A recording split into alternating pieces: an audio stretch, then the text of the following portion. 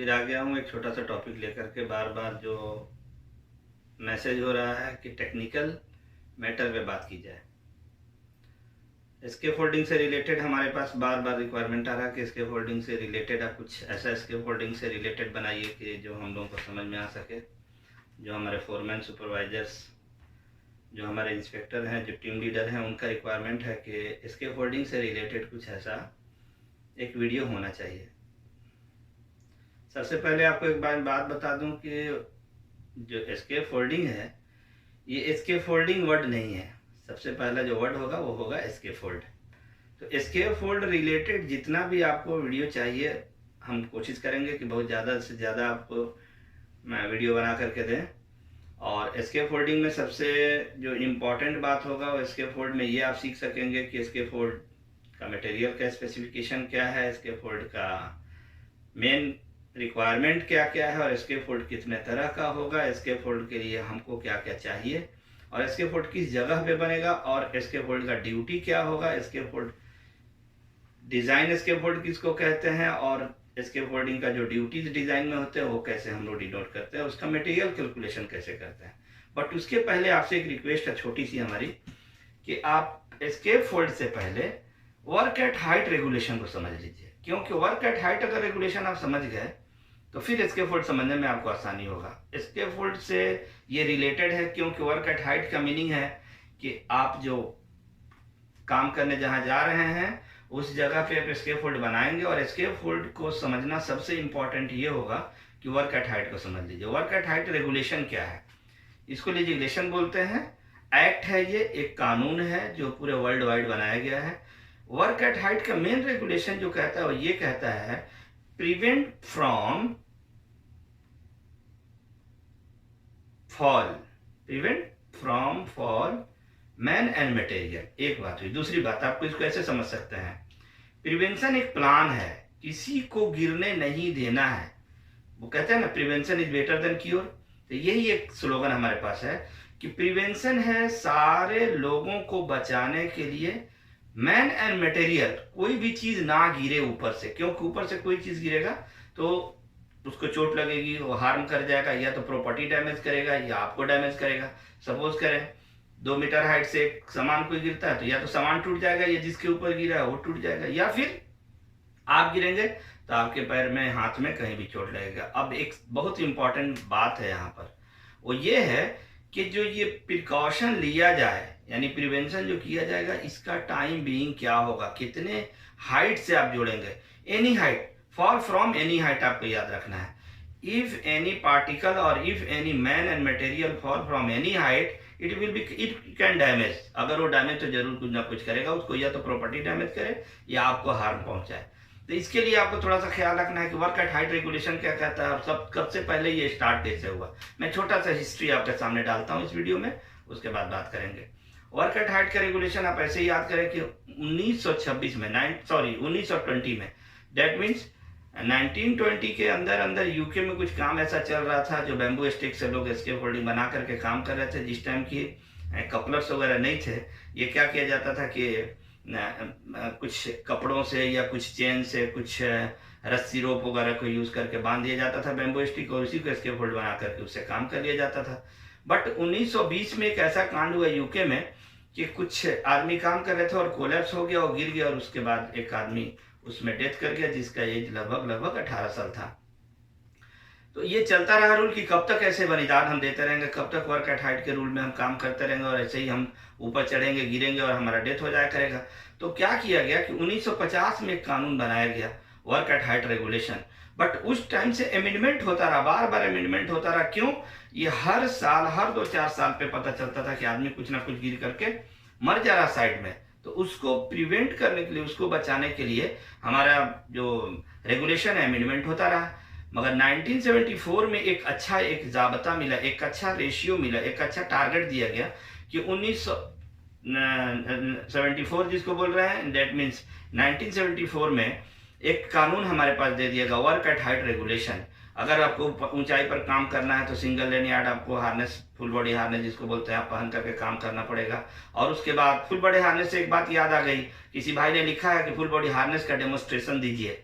मैं कोशिश करूंगा फुल बॉडी हार्नेस का डेमोस्ट्रेशन अगला वीडियो में जरूर अपलोड करूंगा। तो फुल बॉडी हार्नेस का रिक्वायरमेंट होगा, उसके बाद डबल हुक लेनियार्ड होना चाहिए या सिंगल हुक। उस टाइम का ये बात मैं बता रहा हूँ, 1974 की ये बात हो रही।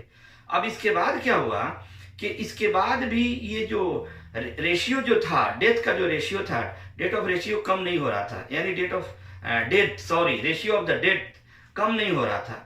इसको कम करने के लिए एमेंडमेंट होता रहा, अंततः लास्ट स्टेज में ये हो गया कि 2005 में, सॉरी 2005 में यानी 2005 में एक रेगुलेशन ला दिया गया वर्ल्ड वाइड, जिसमें ये कह दिया गया कि अगर जो आदमी विदाउट फुल बॉडी हार्नेस काम करेगा वर्क एट हाइट पर 1.8 स्टन दिया गया। मगर इसके बाद मैं आपको एक छोटा सा बात बताना चाहूंगा कि 1.8 के ऊपर अगर कोई काम कर रहा, विदाउट फुल बॉडी हार्नेस काम कर रहा, तो उसको पनिशेबल है, पनिशमेंट दिया जाएगा, ये लॉ के खिलाफ हो जाएगा, कानून से ये हट करके मामला आ जाएगा। इसके लिए हमने एक जाब्ता हमको मिला कि फुल बॉडी हार्नेस कहाँ कहाँ हमको इस्तेमाल करना, कैसे कैसे इस्तेमाल करना, फुल बॉडी हार्नेस कैसा होगा, क्या होगा, ये एक अलग एक टॉपिक है। और फुल बॉडी हार्नेस मैं एक बार लेकर के आऊंगा डेमोन्स्ट्रेशन के साथ, 100% मैं आपसे वादा करता हूँ।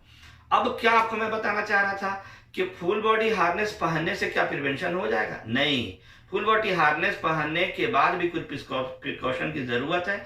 ये याद रखिए, फॉल प्रोटेक्शन की जगह पर हमको जब यूज करने की बात होगी तो यहाँ काम नहीं आएगा, ये प्रिवेंशन में काम आएगा।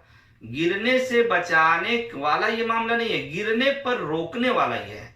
फुल बॉडी हार्नेस गिरने के बाद ये रोकेगा हमको कि हाँ हम नीचे की तरफ ना जाए, जल्दी अगर नीचे हम चले गए तो जाकर के हमारा डेथ हो जाएगा। तो इसके लिए हम एक वीडियो आपको अपलोड करके दिखाएंगे।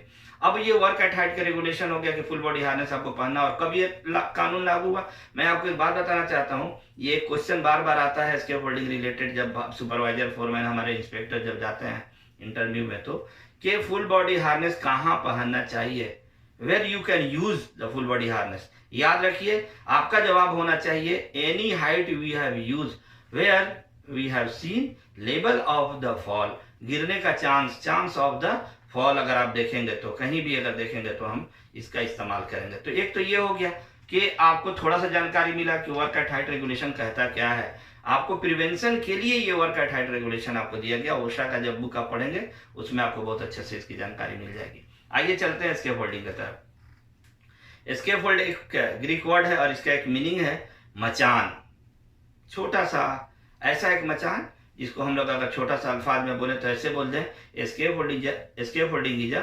Temporary platform. और इसको अगर और अच्छा से बोलना चाह रहे तो आप बोलिए escape holding is a safe platform with access, बस इतना ही बोलना, और इसके आगे की बात कुछ नहीं होगी।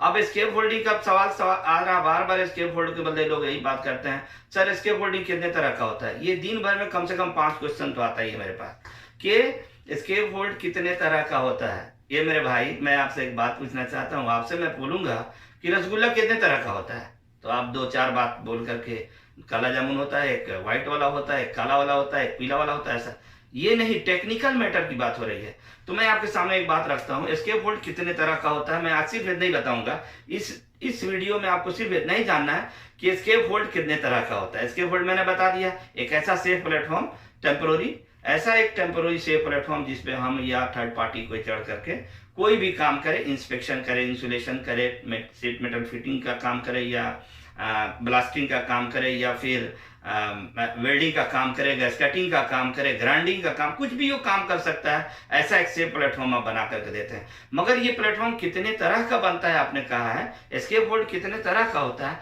उसके लिए मैं छोटा सा आपको आइडिया देता हूँ। देखिए, escape hold, type of escape hold पर बात करते हैं, तो आप देखेंगे type of escape hold, type of escape hold.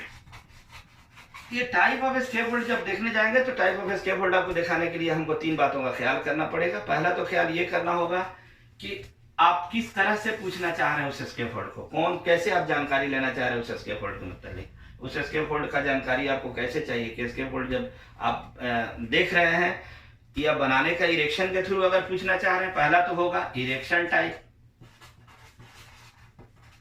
Erection type.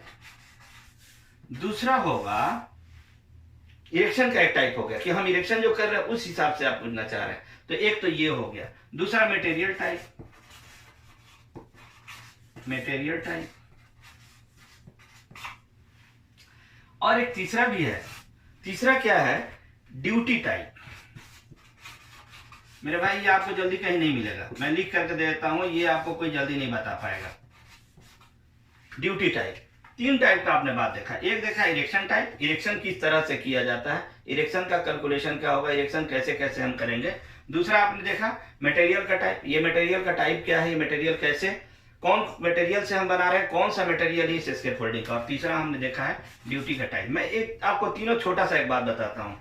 Erection के टाइप को अगर आप देखने जाएंगे तो इरेक्शन के टाइप में आपको देखना होगा कि इरेक्शन किस हिसाब से किया जा रहा है। एक आप सपोज करें एक आटा ले लेते हैं या मैदा ले लेते हैं और उस मैदे से रसगुल्ला भी बनाते हैं, पूड़ी भी बनाते हैं, उसी से जलेबी भी बनाते हैं, उसी से वो जो घर का पराठा है वो भी आप बना कर दे देते हैं, आलू पराठा और गोभी पराठा और न जाने कितने तरह का आप पराठा बना लेते हैं। मगर आटा सिर्फ एक है, आपको ये याद रखना है, मैदा एक ही था, बनाने का तरीका अलग अलग था। मेरे भाई बस वही इरेक्शन का टाइप है। जो हम इरेक्शन करते हैं उस इरेक्शन के टाइप में शामिल हो जाएगा ये टावर है, स्टैटिक टावर है, दूसरा इंडिपेंडेंट है, तीसरा बर्डकेज है, चौथा सस्पेंडेड है, पांचवा मूवेबल मोबाइल स्कैफोल्डिंग है, या रेडियल इंडिपेंडेंट है। ये सारा का सारा ये स्पेशल ड्यूटी स्पेशल स्कैफोल्ड है। ये कुछ भी जितना भी ये डिपेंड आपको जितना नाम दिया गया ये सारा कुछ हम लाएंगे दूसरा वीडियो में, ये सारा इसमें आएगा। कौन सा, जो हमने कहा इरेक्शन टाइप में। दूसरा मैं आपको बताना चाहता हूं, दूसरा जो आप देख रहे हैं ये मटेरियल टाइप, ये याद रखें पूरे वर्ल्ड में दो तरह का मटेरियल यूज होता है पूरे वर्ल्ड में। वर्ल्ड वाइड अब जब पढ़ेंगे स्कैफोल्ड के बदले तो आपको सिर्फ वही बात पढ़ना होगा कि स्कैफोल्ड दो टाइप का होता है। एक नंबर होता है जिसको आप कहते हैं ट्यूब एंड फिटिंग या ट्यूब एंड कपलर स्कैफोल्ड लोग बोलते हैं, और दूसरा होता है सिस्टम स्कैफोल्ड। सिस्टम, आज के डेट में सिस्टम स्कैफोल्ड में 28 टाइप ऑफ द मटेरियल है मेरे भाई। आप बात करते हैं, आप हमसे कहेंगे स्कैफोल्डिंग कितने टाइप का होता है, मैं आपको बताओ कितने टाइप का आपको स्कैफोल्डिंग बताऊं। 28 टाइप का मटेरियल यहां हो गया, 28 टाइप का मटेरियल आप देख रहे हैं एक सिस्टम स्कैफोल्डिंग के अंदर, और ट्यूब एंड फिटिंग एक सिंगल। तो ट्यूब एंड फिटिंग को बनाने का जो तरीका होगा, यानी ट्यूब एंड फिटिंग से जो आप बना रहे थे टावर, इंडिपेंडेंट, बर्ड केज या suspended scaffold, radial independent scaffold, internal external जितने भी टाइप होंगे ये सारा का सारा यहाँ आ गया। और ये जो देख रहे हैं ये भी यही है, बस मटेरियल अलग हो गया है। तो टाइप ऑफ मटेरियल अगर कोई पूछता है तो टाइप ऑफ मटेरियल में हम सिर्फ दो टाइप का देते हैं, और फिर सिस्टम स्कैफोल्ड का मटेरियल में हम डाल देते हैं कि 28 तरह का 28 टाइप ऑफ द मटेरियल। तीसरा एक में हमने बात कहा ड्यूटी टाइप। मेरे प्यारे भाई ड्यूटी टाइप में आप देखो, मैं बता रहा हूं ये फोरमैन और सुपरवाइजर के लिए बहुत इंपॉर्टेंट ये वीडियो रहेगा। आप देखो ड्यूटी स्कैफोल्ड, ड्यूटी टाइप में जब आएंगे तो ड्यूटी हम लोग देखते हैं लाइट ड्यूटी स्कैफोल्ड है, उसके बाद क्या भाई मीडियम स्कैफोल्ड है, और तीसरा हम लोग देखते हैं स्पेशल स्कैफोल्ड या heavy duty scaffold. Only for ये आरामको की बात हो रही है। मगर अब जब सीआईटीबी में जाएंगे या सीजर में जाएंगे या फिर हमारा टीयूबी में जाएंगे या आप वेलोसी में जाएंगे तो वहां आपको चार टाइप का टाइप पढ़ना पड़ेगा, चार टाइप का ड्यूटी पढ़ना पड़ेगा। पहला होता है वेरी लाइट ड्यूटी, दूसरा होता है लाइट ड्यूटी, तीसरा होता है मीडियम ड्यूटी या इसको जीपी भी बोला जाता है, जनरल पर्पस स्कैफोल्ड का मटेरियल, ये जनरल पर्पस ड्यूटी इसको बोलते हैं। और चौथा जो होता है वो होता है हेवी ड्यूटी। यानी हेवी ड्यूटी तो सब जगह मिलेगा आपको, हेवी ड्यूटी आप जी सर भी आरामको में भी देख सकते हैं, मगर जनरल पर्पस स्कैफोल्ड जो टाइप है यानी जनरल पर्पस का जो ड्यूटी है ये जल्दी आपको नहीं मिलेगा। और ये बात और आपको बता दें, ये वेरी लाइट ड्यूटी यहाँ भी है मगर ये बात हम लोगों को पता नहीं चलता है। तो इसके लिए मेरे भाई आपको थोड़ा सा ध्यान रखना ये है कि जो दूसरा वीडियो आएगा उसमें हम डालेंगे कि इरेक्शन का जो टाइप होगा उसको आप कैसे पहचानेंगे, टाइप ऑफ इरेक्शन कैसे होगा। अगर कि स्टैटिक टावर है डेट मीन्स टावर स्कैफोल्डिंग की बात हो रही तो स्कैफोल्ड टावर स्कैफोल्ड कैसे बनेगा, या इंडिपेंडेंट या रेडियल इंडिपेंडेंट कैसे बनेगा, इंटरनल एक्सटर्नल कैसे बनेगा, या बटकेज कैसे बनेगा, सस्पेंडेड कैसे बनेगा, या मोबाइल स्कैफोल्ड कैसे हम बनाते हैं, अगला वीडियो में आपको हम डालेंगे। क्यों? क्योंकि बहुत लंबा स्कैफोल्ड का ये मतलब ये टॉपिक हो जाएगा, और ये टॉपिक सिर्फ और सिर्फ वर्क एट हाइट का था, प्रिवेंशन के लिए था, सेफ्टी के लिए था, इसलिए इसको थोड़ा सा देखिए, शेयर कीजिए। और बहुत आप लोगों का थैंक यू जो अगला वीडियो को आप लोगों ने बहुत देखा और बहुत उसके लिए हमको मतलब आप लोग का अप्रिसिएशन हमको मिलता है तो बहुत खुशी होती है। एक बार चलते चलाते आपसे और बता दूं कि हमारा जो वीडियो अपलोड होगा वो हफ्ते में 3 बार हुआ करेगा। एक आपके हेल्थ से रिलेटेड, दूसरा होगा मोटिवेशन के लिए, और तीसरा होगा हमारा स्कैफोल्ड टेक्निकल के लिए। जितना स्कैफोल्डिंग का नॉलेज चाहिए इस चैनल पे आपको मिलता रहेगा। इसको सब्सक्राइब कीजिए, लाइक कीजिए, अपने बेल को बजाइए ताकि हम आपसे जुड़े रहें और जब भी हम अपलोड करें आपको मिलता रहे। तब तक के लिए थैंक यू।